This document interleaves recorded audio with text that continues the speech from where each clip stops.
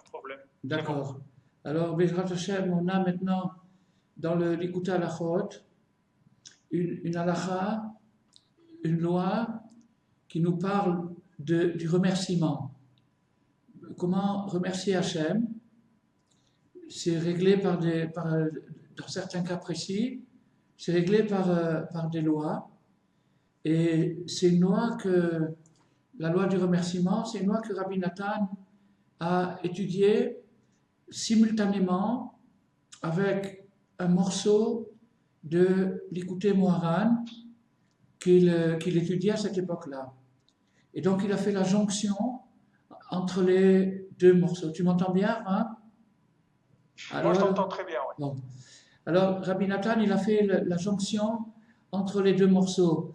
Abraham, tu pourrais peut-être expliquer aux gens qu'est-ce qui se passe, où tu te trouves, où je me trouve et tout.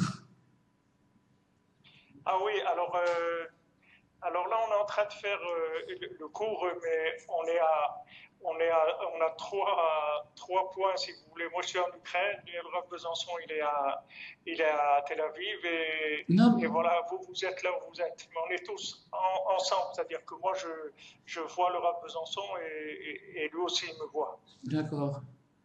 Alors, donc, on a les lois du remerciement, comment exprimer sa gratitude vis-à-vis d'Hachem qui nous fait des bontés. Donc ça rentre dans le cadre de la halakha et ça s'exprime dans la halakha Arba Tzrichim Leodot. Ici, Rabbi Nathan, il a un peu changé le lachon, il a mis Chayavim Leodot. Ça revient au même. Arba Tzrichim Leodot, il y a 4 sortes de gens qui ont une obligation, un besoin, une nécessité d'exprimer leur reconnaissance par rapport à des choses dont ils ont bénéficié. Ils ont reçu un bienfait et ils doivent exprimer verbalement, publiquement, leur reconnaissance pour montrer qu'ils sont contents et qu'ils apprécient la bonne chose qui leur a été faite. Alors, ces 4-là sont en vérité des catégories. Ce sont des catégories et ces catégories incluent en elles beaucoup d'autres ramifications. Alors, la première catégorie, c'est le malade qui a guéri. Le malade qui a guéri, il a eu un miracle de guérir, c'était pas du tout évident, et il a guéri. Et celui qui a pris la mer, qui a voyagé en bateau, donc là-dedans, on inclut généralement celui qui voyage en avion aussi, et ceux qui ont traversé un désert, et ceux qui étaient en prison, incarcérés, et qui en sont sortis. Donc ces 4 sortes de catastrophes qui peuvent arriver à tout le monde, que Dieu nous en préserve, lorsque ça se produit et que la personne est libérée du danger dans lequel elle se trouvait, alors à ce moment-là, il a besoin d'exprimer sa reconnaissance publiquement.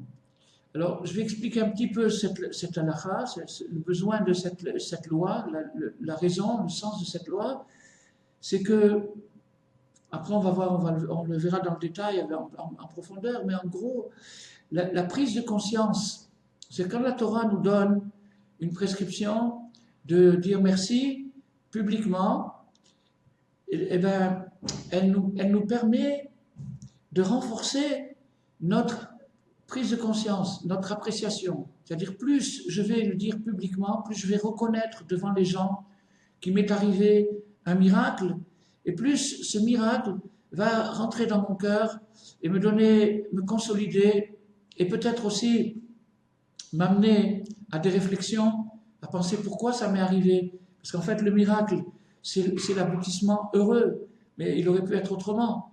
Donc si ça s'est produit d'une manière heureuse, mais pourquoi, alors si c'était pour m'en faire sortir, pourquoi m'en faire entrer là-dedans? Pourquoi, si par exemple quelqu'un il a traversé un désert, et il a eu très peur, il a failli mourir, etc., etc. Alors après, quand il sort du désert, il doit faire une prière publique et reconnaître devant la communauté qu'il apprécie le miracle que Dieu lui a fait de sortir du désert. Mais la question qui se pose, c'est pourquoi? Pourquoi rentrer dans le désert? Si Dieu pouvait le faire sortir du désert, il pouvait aussi ne pas le faire rentrer. C'est ça la question. Pourquoi lui dire, tu vas dire merci quand on t'aura fait le miracle? J'ai pas besoin du miracle. Si le mauvais événement ne se produit pas, il n'y aura pas besoin de ça. Alors pourquoi passer par ce chemin-là? La réponse, c'est que l'expérience que traverse une personne qui se trouve dans la difficulté et qui, même des fois plus que la difficulté, des fois le danger, et des fois même plus que le danger, des fois un grand danger. Et cette personne-là, ça doit être le tremplin pour une réflexion. C'est pour l'aider à évoluer dans sa façon de penser et sa façon d'être. Donc en fait, on peut dire presque, en exagérant un petit peu, que le malheur qui lui est arrivé est encore un plus grand bienfait que le miracle d'en être sorti. Pourquoi? Parce que c'est un moyen, et c'était le seul moyen, qui permettait à la personne de faire une certaine prise de conscience. Par exemple, tout simplement, on va prendre un exemple vraiment bête, vraiment stupide et clair et terre à terre. Si quelqu'un s'est perdu dans le Sahara, il est resté 2-3 jours dans le Sahara, il avait juste une petite bouteille d'eau, et après ça, il a été il a été en danger, il commençait à avoir des vertiges, des palpitations et tout, et puis, d'un seul coup, il y a des bédouins qui sont passés par là, ils lui ont donné de l'eau, ils l'ont sorti du désert. Donc c'est un miracle. Mais pourquoi ça t'est arrivé? Pourquoi tu as manqué d'eau? Le manque de l'eau, qui symbolise bien sûr beaucoup de choses, le manque de l'eau va lui permettre d'avoir une appréciation beaucoup plus profonde sur l'eau, de comprendre qu'est-ce que c'est. Tous les jours, on reçoit de l'eau. Et cette eau, qu'est-ce que c'est? Quel bienfait extraordinaire d'avoir de l'eau. Donc, et ça, on passe à côté parce que pour nous, c'est évident. L'eau, c'est évident. Mais en vérité, c'est pas du tout évident. Quand ça commence à manquer, ça devient problématique. Donc, pour commencer, pour comprendre la dépendance qu'on a vis-à-vis du Créateur, qui nous donne de l'eau tous les jours, qui nous donne de l'air à chaque seconde, pour arriver à cette prise de conscience, il faut passer par l'expérience, en souffrir et en sortir. Et après, une fois qu'on en est sorti, apprécier et le dire ouvertement, le dire devant tout le monde. Voilà, ça c'est le sens de cette halakha, le sens simple. Maintenant, on va le développer. Ça va, on entend bien? Allô, tu m'entends? Oui, très bien. D'accord. Alors, donc maintenant, on va développer en profondeur le sens de cette halakha. Là, on a vu simplement le côté psychologique, humain, mais maintenant, on va voir le côté profond. Alors, Rabbi Nathan, il nous dit, comme Rabbi Nathan, à l'époque où il a étudié cette loi du remerciement, et il étudiait pendant cette période-là une leçon de l'Écouté Moharan, numéro 7, Torah Zahil, l'Écouté Moharan. Et cette leçon s'appelle Ve'elia Mishpatim, voici les lois, c'est le titre de la leçon, et elle parle de la Emouna. La Emouna, c'est la croyance. Donc, c'est une Torah, c'est une leçon de Rabbi Nachman qui nous parle de la croyance et qui commence par la phrase suivante. Ici, Rabbi Nathan ne l'a pas ramenée, mais je vais vous la dire par cœur. La phrase qui commence, c'est que sache que la raison de l'exil est uniquement par le manque de croyance. Alors je vais l'expliquer. Rabbi Nachman nous dit que si une personne ou une communauté se trouve exilée, exilée ça veut dire déplacée par rapport à son endroit normal, idéal. Donc si une personne se trouve exilée, ou une personne ou un groupe, c'est uniquement à cause du manque de croyance. Ça veut dire quoi? Alors ça veut dire que Rabbi Nachman nous donne une clé et nous explique quel est le sens de nos déplacements involontaires. Quand on est déplacé involontairement, c'est-à-dire qu'on est amené dans un endroit qui n'est pas le nôtre, ou dans une situation qui n'est pas la nôtre. Donc quel est le sens de ce déplacement? Pourquoi est-ce que le Créateur a décidé à ce moment-là de nous amener ailleurs? Et il est bien compris ici que, en général, c'est un endroit moins bon que notre endroit idéal. Donc pourquoi est-ce qu'on a été transporté dans un endroit où il y a beaucoup de problèmes? Alors Rabbi Nachman nous dit, c'est seulement à cause du défaut, du manque de la croyance. Alors maintenant, ça nous permet de réfléchir sur l'exil d'une manière plus profonde. Premièrement parce que chaque fois qu'il y a le mot « da » qui veut dire « sache » en français, ça veut dire « sache », tu dois savoir, ce mot « da » indique secrètement que la révélation que Rabbi Nachman va faire a été captée dans les endroits les plus élevés. Il y a, à part le monde dans lequel nous vivons, il y a encore beaucoup d'autres mondes, et les mondes sont graduellement de plus en plus élevés. Donc l'endroit le plus élevé qui est connu comme étant Olam Hatzilut, le monde de l'émanation, bien sûr il y a encore au-dessus, il y a au-dessus, mais pour nous, pour le créer, l'endroit le plus élevé c'est le monde de l'Hatzilut, le monde de l'émanation. Et là-bas, dans le monde de l'émanation, la différence entre notre monde et le monde de l'émanation, c'est que dans notre monde, le bien et le mal sont mélangés et le mal est majoritaire. Et tandis que dans les autres mondes, ils commencent à être égaux d'abord, et puis après le mal est minoritaire, et après ils sont séparés, et après il n'y en a plus du tout. Dans le monde de la Hatzilut, il n'y a plus de mal du tout, il n'existe que le bien. Donc tout ce qui affecte les univers, c'est simplement à partir de nous, c'est-à-dire à partir des mondes inférieurs. Dans les mondes supérieurs, le mal n'existe plus. Donc c'est là-bas où Rabbi Nachman est allé faire une excursion et où il a capté cette révélation dont on parle maintenant.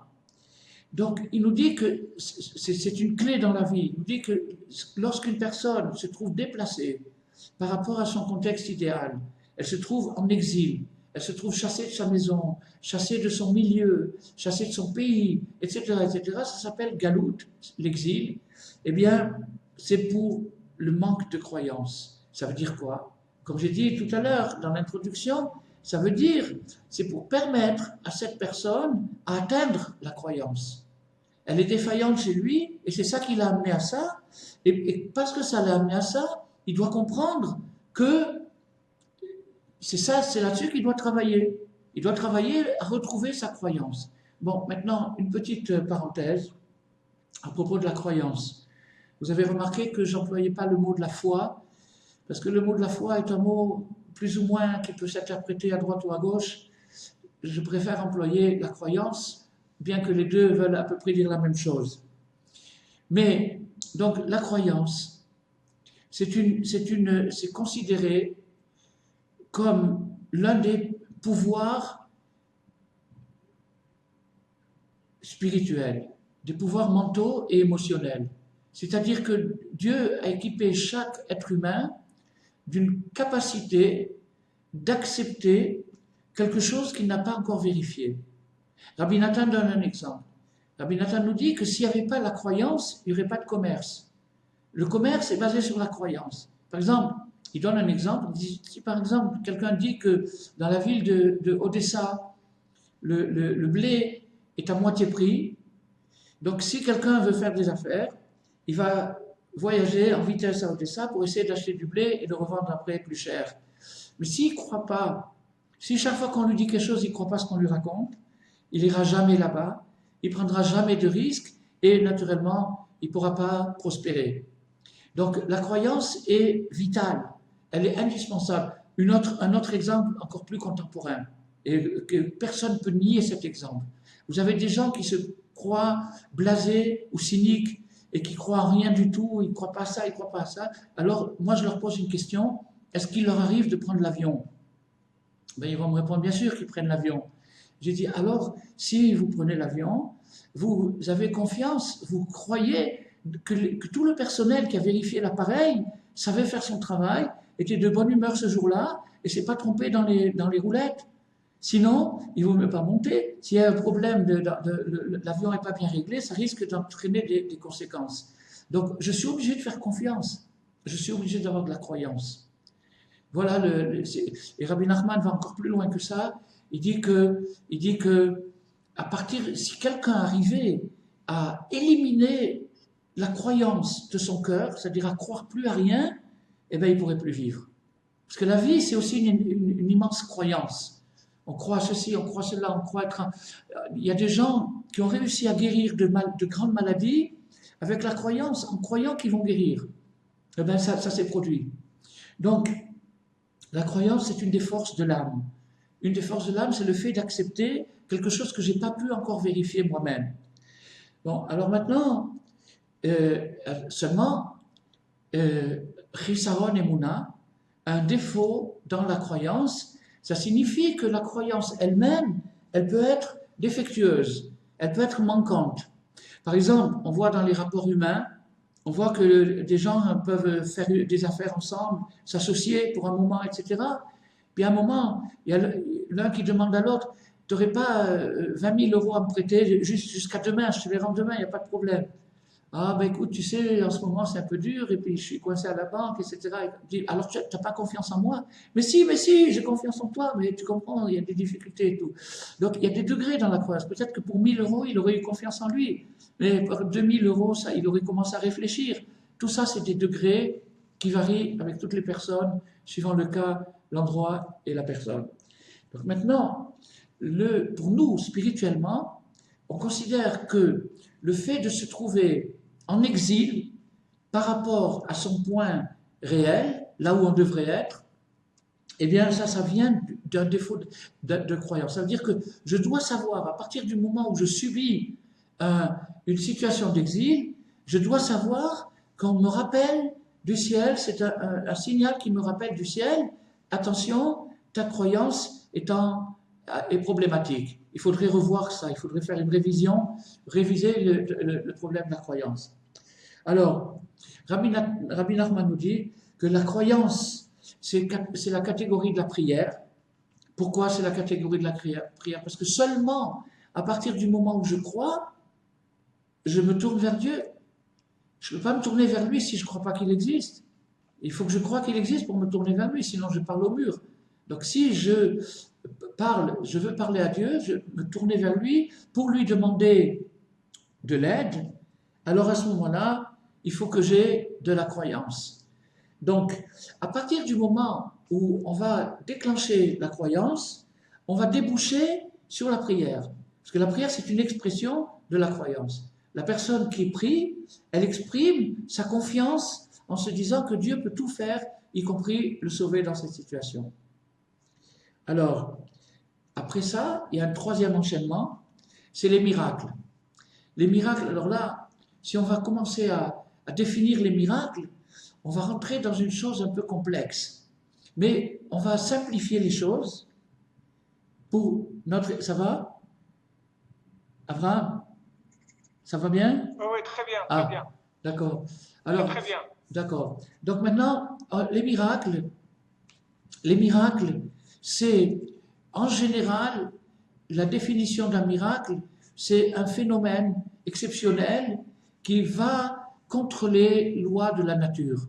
Par exemple, si on arrive à faire brûler de l'eau ou des choses comme ça s'appelle un miracle. C'est ce qu'on appelle un miracle. Ou alors quelque chose un prodige, un fait exceptionnel qui n'est pas inscrit dans les habitudes naturelles.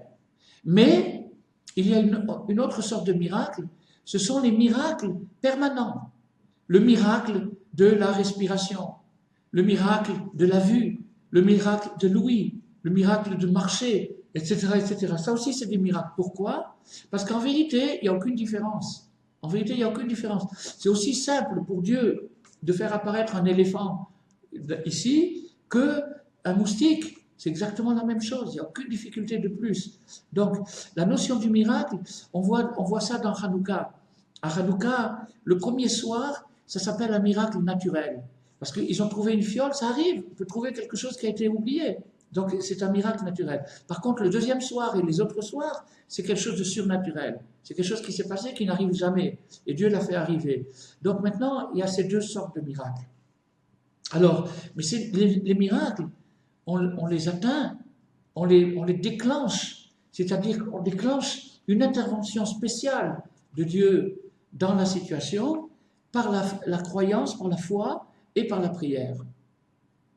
C'est-à-dire que les gens qui ont vraiment la foi arrivent à opérer des miracles. Ils arrivent à opérer des guérisons, ils arrivent à opérer des transformations, ils arrivent à opérer de l'abondance, etc. Parce que tout ça, c'est un degré de foi. Donc maintenant, quand on dit que la survie du peuple juif en exil, en diaspora, c'est un miracle, c'est vraiment un miracle. Statistiquement, sociologiquement, c'est pas viable.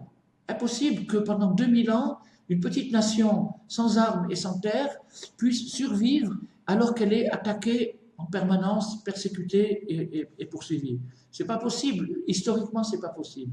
Il y a des empires 10 000 fois plus forts et 10 000 fois plus puissants qui sont tombés l'un après l'autre et le peuple juif continue avec des miracles. Donc, d'où ils viennent ces miracles? De la croyance. Maintenant, qu'est-ce qu'on fait maintenant? Qu'est-ce qu'on est en train de faire maintenant? Maintenant, on est en train de développer la croyance. On est en train, avec la parole, on est en train de développer la croyance, c'est-à-dire d'éveiller ce sentiment naturel et de le développer. Comme quelqu'un qui fait de la gymnastique, il développe ses muscles. Nous, on développe ce muscle intérieur qui est la croyance.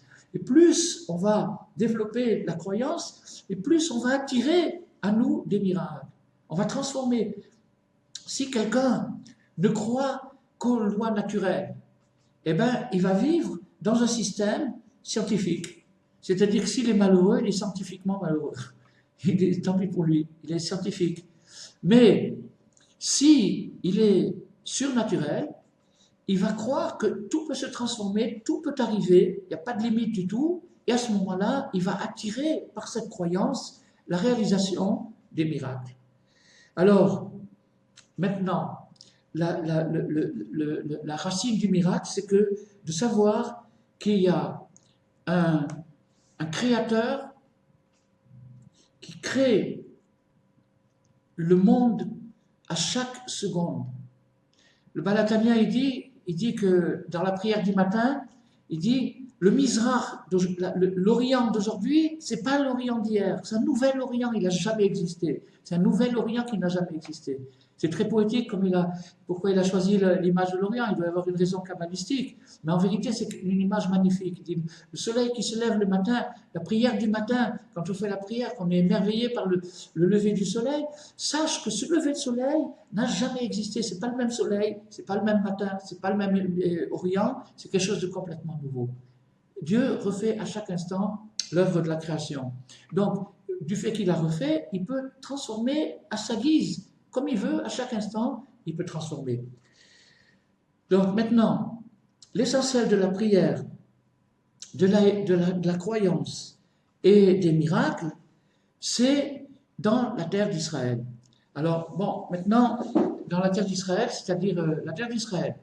Maintenant, il faut savoir, il faut essayer de déterminer, est-ce que Rabbi Nachman a voulu entendre la terre d'Israël géographiquement uniquement, ou est-ce qu'il y a une extension, comme nous le propose le Midrash, en nous disant que quand le Mashiach viendra, il y aura une expansion de la terre d'Israël sur tout le monde, sur toute la planète. Toute la planète deviendra la terre d'Israël.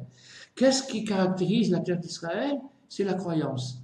La Torah nous dit, les yeux de Dieu sont toujours sur elle, sur la terre d'Israël, du début de l'année jusqu'à la fin de l'année. Ça veut dire qu'il y a une observation permanente de la Hashgacha, c'est-à-dire de la providence divine, qui regarde la terre d'Israël. Maintenant, la question c'est, est-ce que, et ailleurs il n'y a pas? Il y a si, ailleurs il y a aussi, il y a partout. Dieu il est partout, il n'est pas limité à la terre d'Israël. Mais sa révélation, là où il se manifeste d'une manière tangible, pour celui qui veut y être sensible, c'est en terre d'Israël. Mais maintenant, ce qu'on va voir, si on y arrive, ça m'étonnerait, mais bon, si on y arrive, on arrivera à voir qu'est-ce que ça veut dire la terre d'Israël en vérité, parce que sinon, on va se demander comment, par exemple, Rashi, il habitait à Troyes, en Champagne, il n'était pas en terre d'Israël, et bien comment alors il n'y a pas eu de miracle pour Rachel, il y a eu beaucoup de miracles. Donc il doit y avoir quelque chose. Alors on essaiera d'y répondre par la suite. Alors, maintenant, à cause de ça, à cause de ce principe, à cause du fait du lien qui existe entre la terre d'Israël et la croyance, à cause de ça, lorsque Abraham a demandé à Dieu un signe, quand Dieu lui a dit, tu vas hériter de la terre d'Israël, tu vas prendre possession de la terre d'Israël. Alors Abraham lui a demandé, comment est-ce que je le saurai? Ce qui veut dire, donne-moi un signe. Il me faut un signe, c'est très bien que tu me le dis, mais je voudrais voir un signe. Alors bon, il y a beaucoup d'interprétations sur ce verset, mais l'interprétation classique, c'est que c'est une faiblesse dans la croyance. Quand on demande des preuves, c'est une faiblesse dans la croyance. Il a demandé une preuve, comment je le saurai? Donc, à son niveau, qui était très très très élevé, cette petite faiblesse, pour lui, pour nous, elle est minuscule, pour lui, elle était conséquente, elle a entraîné la descente de Yaakov et de ses 12 enfants en Égypte. Tout l'exil d'Égypte provient, la racine profonde de l'exil d'Égypte, c'est qu'Abraham n'a pas réussi à ce moment-là à développer sa croyance et à ne pas poser de questions. Il aurait dû dire, si Dieu me le promet, il me le promet, je n'ai pas besoin de preuves. C'est ça la vraie croyance, on a dit que c'est quand il n'y a pas de preuves. Alors, les enfants d'Israël, les 12 tribus d'Israël, ce sont les 12 styles de prière. Il y a 12 styles de prière, et ces 12 styles de prière descendent en Égypte, c'est-à-dire ils descendent dans l'antithèse extrême de la croyance qu'est l'Égypte. Pourquoi? Parce que l'Égypte avait basé sa culture sur la science, c'est-à-dire sur les choses qu'on a pu observer, les phénomènes observés, et pas plus que ça. Donc ça c'était le caractéristique de l'Égypte, c'est pour ça que tous les autres exils sont appelés l'Égypte. C'est la racine, le prototype d'une mauvaise croyance, d'une croyance dans la science sans chercher la vraie croyance. Alors, tout ça pourquoi? Parce que l'exil provient d'un manque de foi. C'est-à-dire que le manque de foi peut se traduire d'une manière ou d'une autre, et peut se traduire aussi par une question. Si quelqu'un nous demande de lui faire confiance, alors si on veut lui faire confiance, la première des choses, c'est de ne pas poser de questions. Ce qu'il dit, c'est comme ça. Donc, quand Abraham Avinu a posé la question à Dieu, il a montré un certain manque de confiance, et ce manque de confiance a entraîné que ses descendants descendent en Égypte. Bien sûr, c'est des choses très très très profondes. Il faut comprendre que les âmes sont liées. On n'est pas des entités isolées. Les âmes sont liées l'une à l'autre. Et donc, quand les pères, les patriarches, quand ils commettent une petite erreur d'aiguillage à la racine, se démultiplie à l'arrivée par des milliers de kilomètres. Donc, l'exil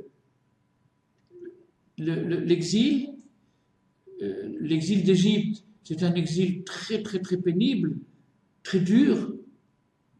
Et quand les enfants d'Israël sont enfin sortis d'Égypte, c'est-à-dire c'est la Géoula, la rédemption. Alors, c'était la rédemption, c'est-à-dire qu'ils sont arrivés dans un degré spirituel où ils ont été libérés. Et ce qui est très intéressant, c'est que les enfants d'Israël en Égypte n'étaient pas des prisonniers au sens propre du terme. Un prisonnier, il est enchaîné par des chaînes, des menottes, des grilles, etc. En Égypte, il n'y avait pas de grilles, il n'y avait pas de chaînes, il n'y avait pas de menottes. Vous pouvez circuler comme ils voulaient. Mais mentalement, ils étaient dominés. Ils étaient dominés mentalement par les Égyptiens. Les Égyptiens étaient des grands magiciens. Ils avaient des secrets, comment subjuguer, comment subordonner une personne à soi-même. Et donc, ils en faisaient des esclaves. Et quand Moshe Rabbeinu leur a fait passer la Emouna, il les a libérés. Je ne suis pas obligé de venir demain matin au travail, je suis libre, je ne dois rien. Qu'est-ce que c'est que cette histoire-là? Et il y a quelques millions de personnes qui ont pensé comme ça en même temps et sont sortis d'Égypte. C'est ça le vrai miracle de la sortie d'Égypte, c'est le fait de se libérer par la croyance, par le fait d'accepter l'irrationnel, le surnaturel. Je me libère des chaînes du naturel. Alors, maintenant, alors là, bon, donc, tout ce que j'ai dit jusqu'à maintenant, c'est en fait des généralités. Peut-être que vous les connaissez bien, peut-être que vous les avez déjà entendues, peut-être que vous les avez déjà pensées, peut-être que non, peut-être pas complètement comme ça. Mais en tout cas, c'est des généralités. Maintenant, on va arriver à une particularité. On va arriver à l'innovation, à la chose vraiment nouvelle que Rabbi Nachman va nous donner dans cette leçon. Qu'est-ce que c'est? Il nous dit que pour arriver à la croyance, il faut d'abord la vérité. La vérité. La vérité. Donc ça veut dire que maintenant, la croyance est dépendante de la vérité. Tant que la vérité ne vient pas s'attacher à la croyance est défaillante. C'est très facile à expliquer. Si par exemple quelqu'un, j'ai donné des exemples tout à l'heure, maintenant quand on a confiance dans une personne, d'accord, on a confiance dans cette personne, et les sentiments humains, ils sont toujours ambivalents et compliqués, même complexes des fois, etc., etc., etc. Donc c'est pas clair. Mais quand je sais en toute vérité que je peux faire confiance à cette personne, alors ma confiance est forte. La confiance qui est animée par la vérité est une confiance forte. Et une confiance forte, c'est elle qui fait les miracles. La confiance faible, elle ne fait pas grand-chose. La confiance forte, c'est elle qui accomplit les miracles, les guérisons, toutes sortes de situations. Alors, maintenant, le Hémet, qui est la vérité, en vérité, il y a dans la vérité un aspect technique. Il y a un aspect technique dans la vérité. L'aspect technique, c'est le suivant. Quand Dieu a créé le monde, il a retiré sa présence et après, il a refait rentrer dans le monde sa présence par un système de lignes, online. Il a fait rentrer des lignes, il a fait rentrer des lignes d'énergie, des faisceaux d'énergie. Alors maintenant, il y a deux énergies majeures. Il y a l'énergie de la révélation, c'est-à-dire pour créer les choses, et il y a l'énergie de la restriction, c'est-à-dire pour cacher les choses. Il y a donc deux forces qui se battent dans le cosmos, la force de la révélation et la force de la restriction. Et ces deux forces se battent sans arrêt. C'est une guerre qui n'en finit pas. Maintenant, il y a une troisième force qui intervient et qui arrive à faire la régulation entre les deux. Elle arrive à harmoniser et à faire la régulation entre les deux, et c'est ça qui s'appelle la vérité. La vérité, c'est le chemin du milieu, c'est-à-dire la médiane précise entre deux extrêmes. Donc, quand quelqu'un a une croyance, sa croyance, elle peut aller à droite ou à gauche. Il peut avoir une croyance qui est exagérée, c'est-à-dire, comment on peut exagérer la croyance? De tout remettre au bon Dieu, de dire, bon, lui il est grand, qu'il se débrouille et tout, de toute façon il pardonnera, de toute façon il nous aime, c'est un papa, il nous connaît, il sait d'où on vient, etc., etc., etc. Ça c'est le côté, l'extrême droite de la croyance. Il y a l'extrême gauche de la croyance, c'est-à-dire la croyance restrictive. On dit attention, mais il y a ça, il y a la responsabilité, il y a ceci, il y a cela, et c'est ni l'un ni l'autre ne sont bien. Quand on arrive à faire la synthèse des deux, quand on arrive à faire la synthèse de ces deux, on se trouve dans la vérité. La vérité, c'est la synthèse entre les deux tendances opposées. Les deux sont nécessaires, mais leur dosage peut varier d'une seconde à l'autre. Et donc, suivant le dosage, par exemple, le dosage qu'on met dans une relation humaine, entre un homme et sa femme, entre un homme et son ami, entre un père et son fils, entre un frère et sa sœur, etc., etc., toutes ces relations sont à doser et la vérité n'est pas toujours bonne à dire. Et des fois, que la vérité, c'est de ne pas le dire. Il y a des cas comme ça que la vérité, c'est de ne pas le dire. Donc, de savoir le comportement précis à chaque moment donné, ça s'appelle le émet. La précision, la vérité. Et seulement lorsque cette conscience de la vérité s'attache à la croyance, à ce moment-là, la croyance prospère, elle se complète, et c'est ça la sortie d'exil. La sortie d'exil, c'est l'union entre la croyance et la vérité. Quand ces deux qualités-là sont ensemble, la situation est sauvée. Donc, ça c'est ce qu'il faut faire. Donc, maintenant la question, malheureusement, comme on est tous un peu détraqués d'un côté ou de l'autre, ou bien que Dieu nous préserve, il y a encore détraqués des deux côtés en même temps, alors on a une grande difficulté à trouver le chemin du milieu. Comment on peut trouver le chemin du milieu? C'est sûrement pas avec la réflexion. Si on rentre dans la réflexion, on va commencer à philosopher, et on va faire de la philosophie, et de la philosophie, de la philosophie, on va s'écarter de la vérité. Donc il y a quelque chose qui nous manque. Et on a cette puissance intérieure et personnelle que chacun possède de croire, d'accepter quelque chose qu'on n'a pas vu. C'est-à-dire le merveilleux, le surnaturel. On a la possibilité d'accepter ça. Et c'est ça qui nous fera avancer, c'est ça qui nous maintient. Mais à condition qu'il y ait la vérité. C'est-à-dire qu'on croit dans la vérité. De croire seulement dans la vérité. De ne pas croire à des stupidités. Si quelqu'un il devient crédule et stupide et naïf et il se fait rouler par tout le monde, il n'a rien accompli. C'est pas de ça qu'on parle aujourd'hui. On ne parle pas de ça du tout. Donc ce qu'il faut, c'est que la croyance soit injectée par la vérité et à ce moment-là, la croyance se porte bien et la personne sort d'exil, c'est-à-dire qu'elle peut avoir une maturité émotionnelle, elle peut se libérer de ses complexes, etc., etc. Alors maintenant, la question qui se pose, c'est comment on peut arriver à la vérité, d'où on la reçoit. Si maintenant quelqu'un il met des lunettes déformantes, il met des lunettes qui déforment, et qu'il lit un texte, il va lire autre chose. Il va lire autre chose. Donc maintenant, on a tous plus ou moins des lunettes déformantes. C'est-à-dire tout ce qu'on nous a mis dans la tête depuis qu'on est petit, c'est nos lunettes. C'est à travers ces connaissances que notre esprit capte analyse les situations qui se présentent. Donc maintenant, si notre esprit est déformé, toutes les informations, même les plus belles, les plus formidables et les plus vraies, on va les déformer automatiquement. Donc comment on peut faire pour résoudre ce problème? C'est-à-dire j'ai la Emouna, j'ai cette force en moi d'accepter quelque chose d'extraordinaire. J'ai la Emouna. Mais la Emouna, il faut qu'elle soit associée à la vérité. Et si elle est associée à la vérité, elle est forte et elle libère. Et comment je vais faire pour l'associer à la vérité?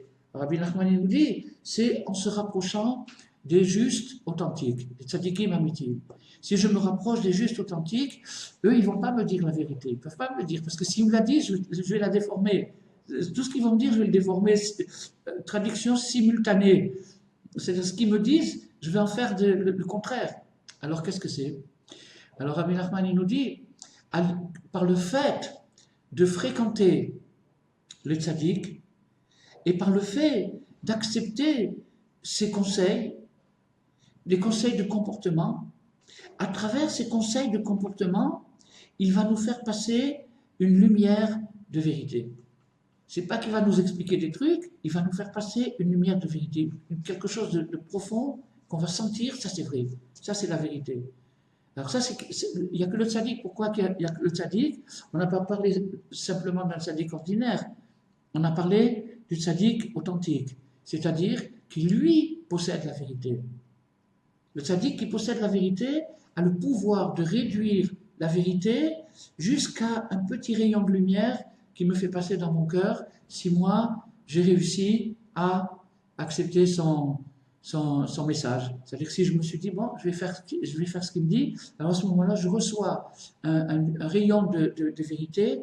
Ce rayon de vérité rentre dans mon cœur et fortifie ma foi, ma croyance, et à ce moment-là, je peux me libérer des pires choses qui existent sur Terre. Je peux me libérer de pires choses. Par exemple, on dit qu'un Baal Teshuvah, c'est-à-dire quelqu'un qui est repentant, quelqu'un qui revient vers les racines, qui était éloigné, ou même qui était éloigné, il est supérieur à tzaddik. Pourquoi? Parce que le dosage de vérité qu'il a dû recevoir pour sortir de là où il est immense. il est immense, il a reçu un dosage de vérité très très très fort, et ça reste avec lui. Même s'il en oublie une partie, il reste toujours quelque chose. Donc ça c'est l'avantage, mais seulement euh, il y a une condition. Alors là on arrive à la clé de cette leçon, on arrive à la clé de cette leçon qui est l'entrée, la porte d'entrée, comment entrer dans cette leçon, et qui se trouve à la fin. C'est une leçon qu'il faut étudier à l'envers. En faisant une carte, tac, tac, tac, il y a 4 parties, 1, 2, 3, 4, et après on voit que si on parle de 4, 4, 3, 2, 1, on arrive à la Géoula. C'est-à-dire que ça marche dans les deux sens. Rabbi Nachman a dit, on ne peut pas comprendre mon enseignement si on ne sait pas le lire à l'endroit et à l'envers. Le lire à l'envers, c'est-à-dire faire une carte, et quand on arrive à la fin, on commence par la fin. Alors qu'est-ce que c'est la fin de cette leçon? C'est les tzitzit. Les tzitzit. Alors vous allez me dire, oh là là, on a parlé de philosophie, de choses très très très hautes, de choses très très très... Et maintenant, on réduit tout ça à une pratique religieuse qui d'ailleurs, en général, ne s'applique que chez les hommes, pas chez les femmes. Donc c'est déjà la moitié de la population. Et c'est ça qui va tout résoudre. Alors la question c'est comme ça. C'est que les tzitzit, il y a comme nous, ce qu'on voit de nous, c'est pas nous. On voit un habit, un vêtement, une parure, et une parure de notre âme. Il n'y a personne qui voit mon âme. Il n'y a personne qui voit mon âme. Ce qu'on voit de moi, c'est mon corps, mes habits. On voit l'extérieur. Donc, de la même chose qu'un être humain a une extériorité, et c'est celle qui est perçue par les gens, et c'est ça qui dit, c'est lui, voilà, X ou Y, c'est lui, c'est celui qui a le chapeau rouge ou je sais pas quoi, ça c'est lui. Alors, de la même façon qu'il y a, mais son âme, l'âme de cette personne est invisible. Et non seulement invisible, mais très très très très dur de l'atteindre. Même par la discussion, même par la réflexion, même par les sentiments, c'est très très dur d'atteindre l'âme d'une personne. Même l'âme de soi-même, de se connaître soi-même, c'est très très dur. De se comprendre, c'est impossible. Et ça, excusez-moi, chers auditeurs et chers spectateurs, je vous dis quelque chose de très important. Je l'ai reçu de mon Rav Levi Yitzhak, Zecher Tzadik Livracha. C'est quelque chose de très important. Ne perdez pas votre temps à essayer de vous comprendre. Vous n'y arriverez pas. C'est impossible, c'est incompréhensible, c'est trop complexe. Un être humain est formé de particules qui ont voyagé, qui ont émigré, qui ont fait des pérégrinations à travers les siècles, qui sont revenus sous cette forme, sous une autre, dans du minéral, dans du végétal, dans de l'animal, dans de l'humain, etc., etc., etc. Et pour comprendre une personne, il faudrait remonter jusqu'à sa racine, dans le premier homme et la première femme, et voir toutes les pérégrinations, les évolutions de cette personne. Et là, je comprendrai son aboutissement, et là je pourrais comprendre pourquoi elle a dit ça et pas autre chose. Donc ça c'est impossible pour l'homme moyen. Pour les très très très grandes sadikim, il y avait des très grandes sadikim, il y avait à Djerba, il y avait le Rav Bourdieu Cohen, le grand-père de Moshe Cohen, il était à Djerba. Et cet homme-là, c'était un aveugle, c'était un tzadik aveugle. Et quand les gens rentrait chez lui, il demandait un verre d'eau, et en tenant ce verre d'eau, il savait tout sur la personne. Il arrivait à tout savoir sur la personne. Il y a des phénomènes de Ruach HaKodesh, de l'inspiration sacrée, que la personne peut arriver à des connaissances qui échappent aux connaissances des sens. Il y a d'autres captations qui existent. Mais en attendant, ce n'est pas donné à tout le monde. Donc, le Rav Levi Yitzhak Bender Zichrono Livracha, il a dit, cherchez pas à comprendre. Vous ne comprendrez jamais. On ne peut pas se comprendre. Mais se connaître, on peut se connaître. Je remarque que chaque fois que je passe par la rue où il y a une pâtisserie, j'ai tendance à acheter 1 kilo de gâteau. Je me connais. Je me connais. Alors si je me connais que je veux faire un régime, je veux maigrir un petit peu, je vais faire un détour et passer par une autre rue. Ça s'appelle se connaître. C'est non seulement parfaitement possible, mais c'est très souhaitable de se connaître. Mais de se comprendre, c'est pas la peine d'essayer. D'accord. Alors maintenant, il existe donc dans les âmes des tzadikim, il existe dans les âmes des tzadikim cette captation qui peut capter toutes les choses. Alors maintenant, nous, quand on dit je connais un tel, on connaît son aspect extérieur. Bon, si maintenant je demande à un fidèle moyen, traditionnel ou plus engagé, je lui demande, tu connais les tzitzit? Il m'a dit oui, c'est des franges. Je dis, ah, des franges. Et tu comprends les tzitzit? Ah non. S'il est honnête, il dira non. Ben, je vais vous dire une chose, les tzitzit sont considérés comme la mitzvah, le commandement le plus inclusif de toute la Torah. C'est-à-dire qu'il contient toute la Torah entière. Pourquoi? Parce que c'est la racine du vêtement.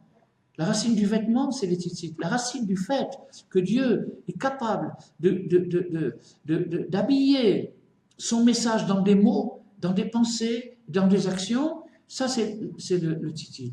C'est-à-dire le vêtement sanctifié. Quand le vêtement a un sens sanctifié, quand on ajoute les tzitzit, alors ça, on a des tzitzit. Donc maintenant, quand une personne est habillée par un vêtement sanctifié, et un vêtement sanctifié, ben cette personne se met en protection par rapport aux influences négatives. Il y a des ondes, il y a des influences négatives dans le cosmos, il y a des influences négatives. L'influence négative centrale s'appelle d'une manière poétique le serpent. Le serpent, c'est le symbole de l'influence négative. Bon, maintenant, ce serpent, on ne sait pas quel serpent, on ne sait pas quelle tête il avait. Et, en tout cas, il avait des pieds. Ça, on sait qu'il avait des pieds, il les a perdus. Mais le serpent, il est dit dans la Torah qu'il a suggéré à Ève, à Chava, il a suggéré de manger du fruit de la... Alors pourquoi j'ai dit suggérer? En général, on traduit par séduire, convaincre, persuader. Le Malbim me dit non. Le Malbim me dit c'est ni séduire, ni convaincre, c'est enlever de sa tête la crainte. Ève, c'était une femme normale, c'était la première femme du monde, c'était une femme normale, et elle craignait de désobéir. Il s'est dit, le bon Dieu, il a créé le paradis, il a créé ces trucs, il ne veut pas qu'on mange de ça, mais je crains, j'ai pas envie de manger ça. Le serpent, il a réussi à lui enlever la crainte. C'est-à-dire quoi? Il lui a enlevé la pudeur. Et le tzitzit, c'est un vêtement de pudeur. Donc, les femmes et les hommes ont des tzitzit. Une femme qui met un vêtement de pudeur, elle a la même énergie protectrice contre les influences malsaines, c'est-à-dire que contre toutes les ondes, les ondes de persuasion et de suggestion qui viennent dans sa tête de faire ceci ou faire cela, elle est protégée par le vêtement de pudeur. C'est ça qui... Alors quand la personne est protégée par le vêtement de pudeur, c'est-à-dire quand elle a une pudeur, elle comprend que... Alors elle ne se laisse pas séduire, persuader ou déculpabiliser par le serpent, et à ce moment-là, elle devient réceptive au message du tzaddik. Elle a préparé sa réceptivité. Et quand elle reçoit, quand elle devient réceptive, il faut cette condition. Donc c'est ça la porte d'entrée. La porte d'entrée, c'est la pudeur. La pudeur, c'est pas une offense à l'esthétique, c'est au contraire l'éloge de l'esthétique. C'est-à-dire qu'il y a des choses qui sont sacrées et qui ne sont pas faites pour être divulguées. Et quand on sait cacher les choses qui sont sacrées et qui ne sont pas divulguées, ça s'appelle la pudeur.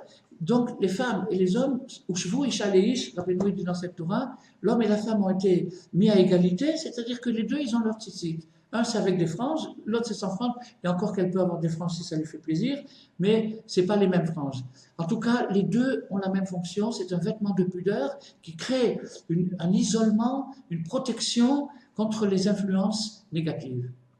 Alors, à partir du moment où on est protégé contre les influences négatives, qu'est-ce qui va se passer? Tous les défauts de croyance qu'on reçoit par la radio, la télé, l'internet, les journaux, la presse, etc., ils sont stoppés à l'entrée. On n'est pas influencé, on n'est pas intoxiqué. Il y a une intoxication des médias, des médias bourrent le crâne des gens avec des intoxications. Et si on ouvre la porte, eh bien on reçoit cette chose-là. Si on met les tzitzit, c'est-à-dire un vêtement de pudeur, c'est-à-dire on se dit, regarde, une seconde, est-ce que ce spectacle est un spectacle pudique ou est-ce qu'il n'est pas pudique? Donc ça, j'ai fait des tzitzit, j'ai fait un tzitzit spirituel. Et donc, en faisant ce tzitzit spirituel, je me suis protégé contre le bonhomme de Californie qui a inventé ce film, ou ce clip, cette clipa. Il a inventé ce truc, et je suis protégé contre son influence, sinon il m'aurait donné envie de me suicider. Donc je suis protégé contre lui, grâce à la pudeur. J'ai mis la pudeur en moi, et à partir du moment où j'ai réussi à créer un terrain, un endroit, un espace de liberté en moi, de ne pas être intoxiqué par la presse, par les médias, à partir de ce moment-là, je deviens sensible à un message plus subtil, plus profond, plus spirituel, c'est-à-dire le message du tzaddik. Et quand je reçois le message du tzaddik, je n'ai pas besoin d'être intelligent.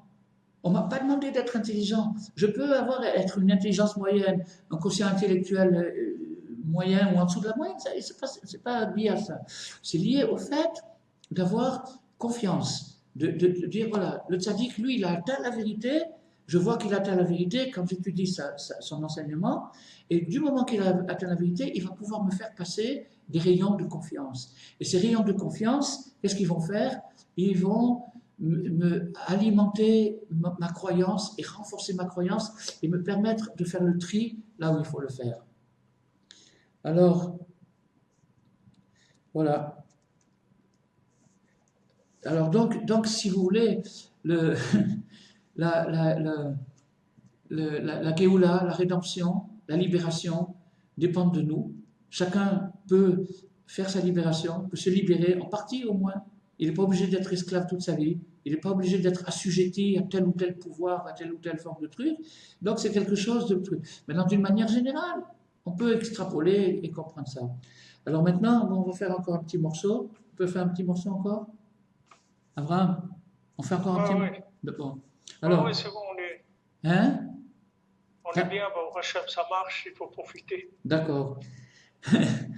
Alors, maintenant, ce qu'on vient de dire, bien que ça a l'air d'être assez loin de ce qu'on avait dit au début, de la croyance, etc., etc., etc., et surtout, ça a l'air loin des types qui doivent remercier parce qu'ils ont eu un miracle, mais maintenant, Rabbi Nathan va faire le lien entre la loi du remerciement, qui était le sujet de notre étude, et tout ce qu'on a vu jusqu'à maintenant.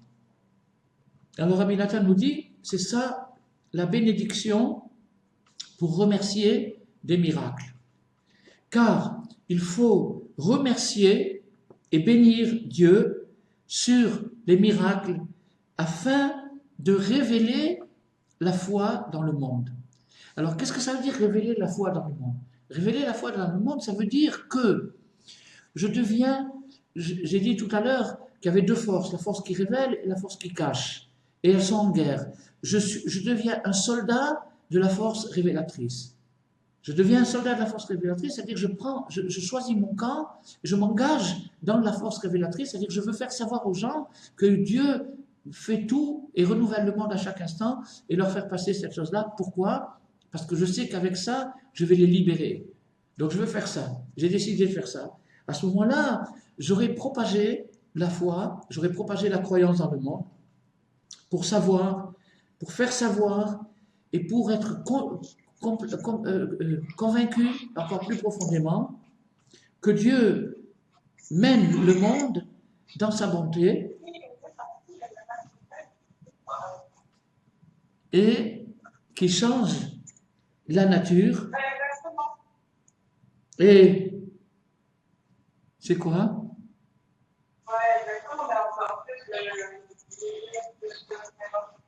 Bon, c'est quoi, Abraham? On continue, c'est bon. Tu entends, toi aussi? Tu entends des voix? D'accord. Non, mais des voix, il y avait des voix. Tu les as entendues? D'accord. Alors, donc, maintenant, de faire savoir ça, c'est-à-dire, j'ai, en fait, par le fait que j'ai été bénéficiaire d'un miracle, j'ai une obligation de le faire savoir. Et je vais illustrer cette chose-là par quelque chose qui m'est arrivé aujourd'hui. Je suis sorti de la maison avec une carriole pour amener des gâteaux à la synagogue. Je voulais faire l'anniversaire de ma mère, la Haskara de ma mère. Je voulais faire un petit truc en l'honneur de ma mère. Et j'ai pris ma carriole, et ma carriole, elle s'est pliée en deux, et j'ai basculé, je suis tombé sur ma tête, sur ma face. Je suis tombé sur ma face. Eh bien, c'est un miracle extraordinaire. J'aurais pu tomber sur le crâne et c'est terminé. Je suis tombé de toute ma hauteur Alors, c'est intéressant parce que dans cette Torah, Rabbi Nachman il dit que la lèvre, elle est fendue. Et je me suis fendu la lèvre. Rabbi Nou, il parle de la lèvre fendue. Alors, bon, donc je fais savoir, je suis obligé de dire à tout le monde. Maintenant, le bon Dieu, il m'a donné la chance, grâce à toi, Abraham, il m'a donné la chance de pouvoir parler à des milliers de gens. Et bien, je vous dis à tous que c'est merveilleux. Je remercie Hachem de m'avoir fait ce miracle. C'est un miracle, je l'apprécie. J'aurais pu, maintenant, je pourrais être à l'hôpital avec des perfusions et des trucs, etc. Et je suis enfin là en train de vous parler. Alors, l'énissime, c'est une prière et c'est la croyance. Et c'est ça pourquoi il y a 4 sortes de personnes qui doivent remercier quand ils ont eu un miracle. Ils remercient Dieu et de cette façon, par exemple, hein?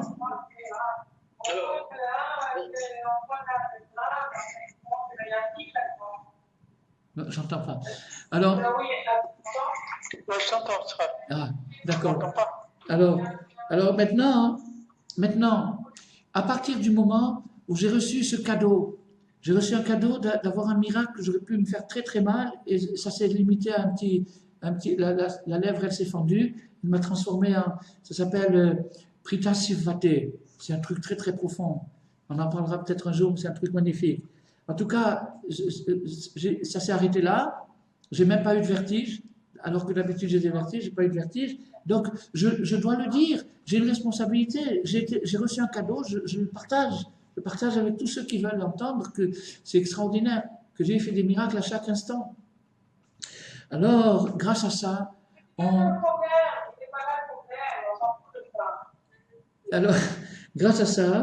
c'est ça qui amènera la rédemption et on sortira de l'exil des 4 puissances. Il y a 4 puissances. Comme on voit au jeu de cartes, il y a 4 rois. Il y a 4 grandes puissances. Il y a l'Égypte, la Perse, la Grèce et Rome. C'est les 4 grandes puissances. Il y a d'autres puissances, il y a la Chine, il y a les États-Unis, etc. Mais toutes ces puissances-là ne sont rien par rapport aux ces 4 grandes puissances qui sont la racine des puissances négatives. La racine des puissances négatives, c'est ces quatre populations chez lesquelles il y a eu un historique, une histoire d'exil. Alors,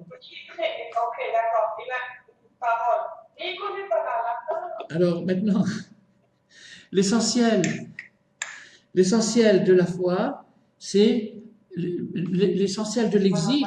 Donc maintenant, tous ces 4 exils, d'une manière historique, ils se sont produits pour permettre au peuple juif, lorsqu'il était en Espagne ou aux Indes, à Bagdad, en Allemagne, là où le peuple juif était déporté, il y avait un besoin d'élaborer la vérité par rapport à la situation, c'est-à-dire de renforcer la foi et la croyance et de cette façon d'être libéré. C'est ça le sens de l'exil.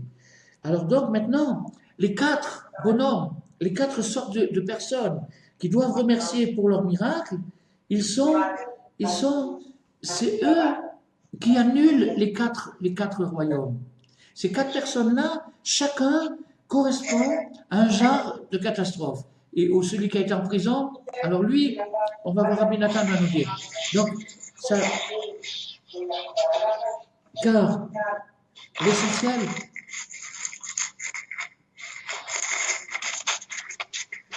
l'essentiel de l'exil, et donc par rapport à ces 4 personnes, c'est eux qui vont faire le travail inverse, c'est-à-dire qu'eux, ils vont démystifier. Pourquoi? Parce que chaque empire d'exil a la possibilité de camoufler le surnaturel. Et il y a des formules, il y a des formules pseudo-scientifiques, politiques, des formules qui permettent de désacraliser le surnaturel. Quelque chose de merveilleux. Par exemple, une fois en Israël, en plein été, il s'est mis à pleuvoir. En plein été. Il s'est mis à pleuvoir et la radio s'est moquée de trucs, etc. Parce que les religieux, ils ont fait leur prière et la pluie est tombée en plein été. Et mais ça, il y a des gens qui passent à côté, ils cachent ça, ils disent ah oui, c'est exceptionnel. Et il y a eu ils sortent des mots scientifiques, etc., etc., etc. Donc il y a 4 sortes de démystification, c'est-à-dire de gens qu'il faut absolument démystifier, c'est-à-dire des gens qui cachent le surnaturel. Et des fois, c'est tellement simple, c'est tellement simple. Il y a une dame d'Angleterre, une femme anglaise, et elle faisait partie des punks. Elle avait des cheveux roses et oranges, etc. Elle faisait partie des punks, et elle a eu des catastrophes, elle a été truc, elle a souffert, elle a fait des tentatives de suicide, jusqu'à ce que finalement, elle s'est retournée, elle a commencé à regarder, elle était non-juive, elle a commencé à regarder les religions, les examiner une après l'autre. Bon, je ne vais pas raconter.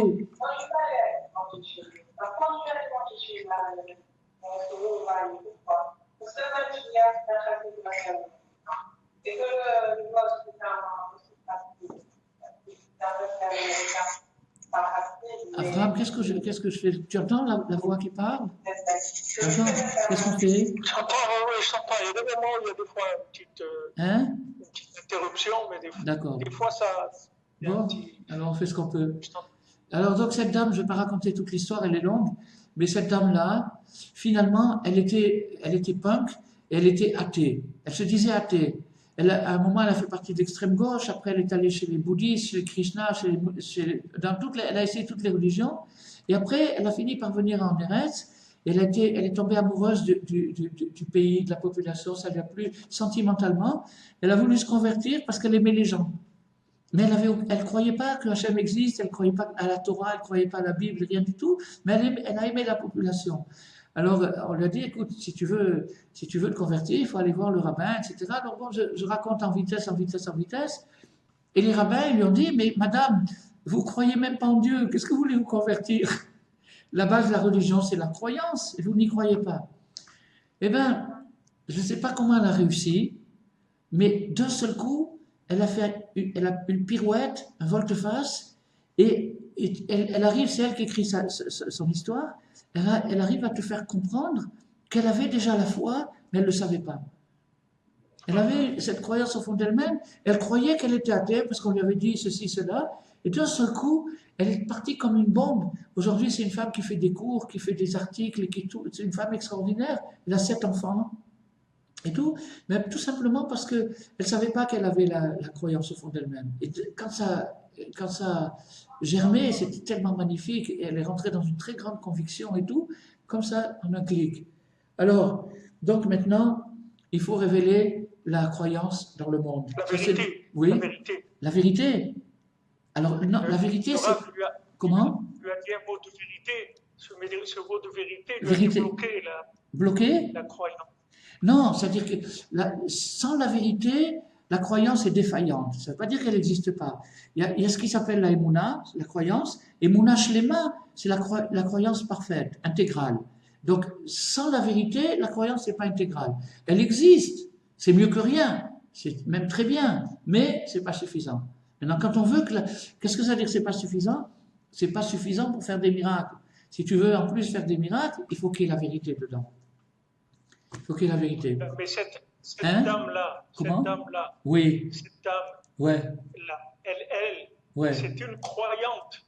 Oui. Mais elle ne savait pas. Elle ne savait pas. Et quand le rabbin, il lui a dit, il lui a mis en face une vérité. Oui. Il lui a dit, mais madame, vous croyez pas en Dieu, qu'est-ce que vous voulez vous convertir? Oui. Alors, cette vérité-là, ça lui a renforcé sa foi. La croyance. Exactement. exactement. Et c'est très beau comme elle l'écrit, c'est très très bien écrit. Alors, alors maintenant, donc, alors encore une correspondance de quatre. On a dit qu'il y avait quatre sortes de catastrophes dans lesquelles, si on sort de ces catastrophes, on doit faire un remerciement. Et les catastrophes, c'est l'exil. C'est l'exil qui vient pour permettre de développer la croyance et de devenir très fort. Alors maintenant, encore une correspondance avec le chiffre 4. C'est le chiffre 4 en hébreu correspond à la lettre Dalet.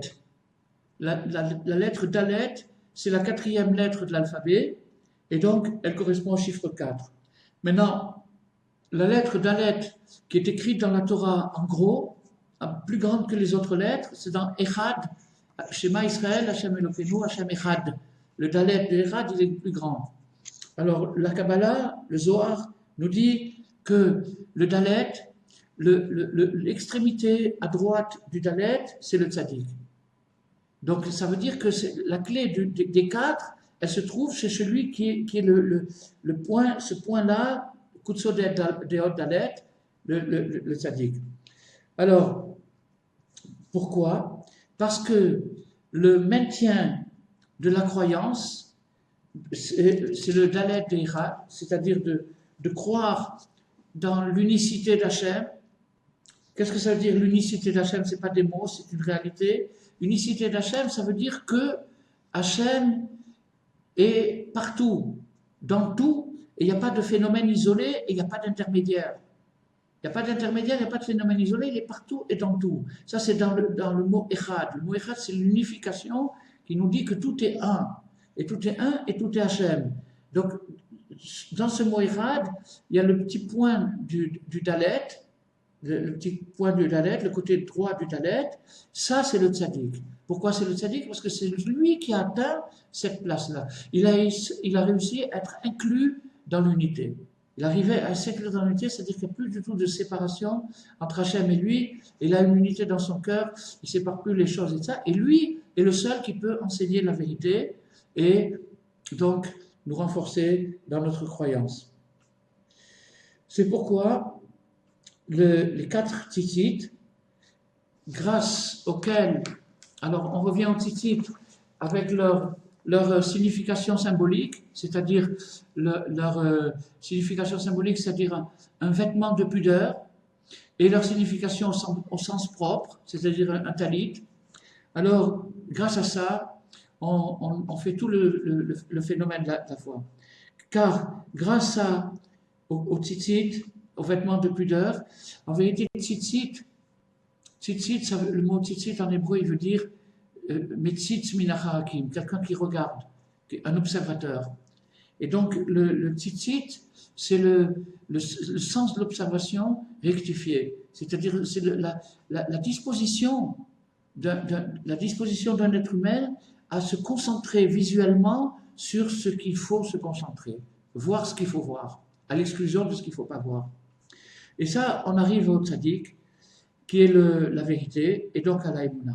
Et grâce à la croyance, on arrive à la rédemption, qui sont la sortie de l'exil. Alors c'est ça, maintenant, on va conclure avec ça, c'est ça les quatre personnes qui doivent remercier, car l'Égypte, l'exil, c'est des situations où la personne ne se trouve là-bas, par définition, que parce qu'elle manque de confiance, de croyance. Et toutes les autres exils, à part l'Égypte, depuis l'Égypte, sont des dérivés. C'est la même chose qui se reproduit à chaque fois. Et la sortie d'Égypte, c'est les miracles, c'est la prière, la foi, les quatre qui remercient, car grâce au remerciement, c'est-à-dire à la prière, alors on fait connaître On fait connaître la foi. Donc finalement, peut-être que ce qui manquait à celui qui est envoyé en exil, c'était de faire connaître, de partager avec les autres. Peut-être c'est ça ce qui lui manquait, peut-être qu'il est allé souffrir en Égypte pour le réveiller et lui dire, t'as oublié que tu avais des frères et des sœurs, il faut penser à eux, fais quelque chose pour eux. Donc cette prise de conscience ne peut se faire que dans la souffrance, parce qu'on voit que quand les gens commencent à être trop heureux, ils oublient tout. Donc ils sont arrivés dans la souffrance en Égypte, ils ont souffert, et là ils ont pris conscience, ils ont pris sur eux la mission universelle et humaine de faire connaître Hachem dans le monde. Alors ça, c'est la sortie d'Égypte, la rédemption. Car à la sortie d'Égypte, il y avait les 4 choses qui se sont reproduites. Bon, maintenant, pour terminer, je vais dire en résumé, c'est que la section de la Torah, le morceau de Torah qui nous parle des tzitzit, se termine par la sortie d'Égypte. Yetziat Mitzrayim, il y a la paracha des tzitzit, c'est-à-dire le morceau de Torah qui nous parle des tzitzit, après se conclut par la sortie d'Égypte. A priori, on ne comprend pas, aujourd'hui, on a compris. Aujourd'hui, on a compris qu'il y a un rapport intimement lié entre les deux trucs, entre les tzitzit, qui vont permettre la sortie d'Égypte. Maintenant, les tzitzit qui permettent la sortie d'Égypte, c'est eux qui vont fortifier le schéma Israël, Hashem Elokeinu Hashem Echad, et c'est pour ça que la paracha, le morceau de Torah qui a été choisi par les sages pour nous faire rappeler la sortie d'Égypte, il y en a en vérité 50. Dans toute la Torah, il y a 50 morceaux qui parlent de la sortie d'Égypte. Donc, il y avait le choix. Pourquoi ils ont choisi juste ce morceau-là? Parce que ce morceau-là nous parle des tzitzit, et que les tzitzit, c'est-à-dire le vêtement de pudeur, le vêtement de protection, ce vêtement-là est indispensable pour pouvoir être libéré.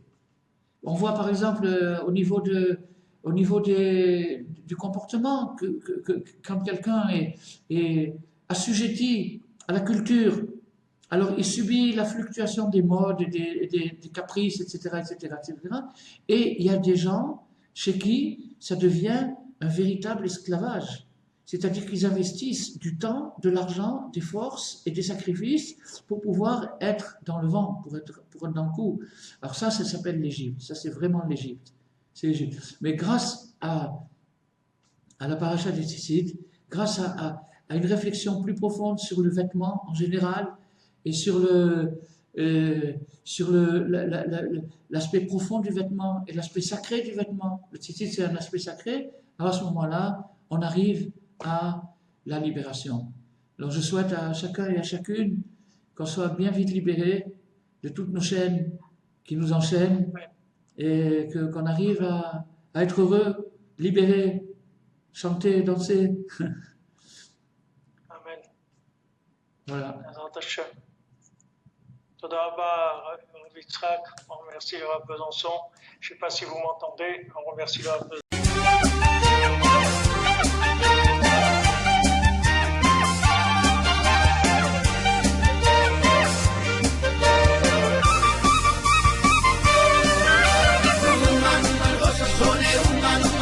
Sone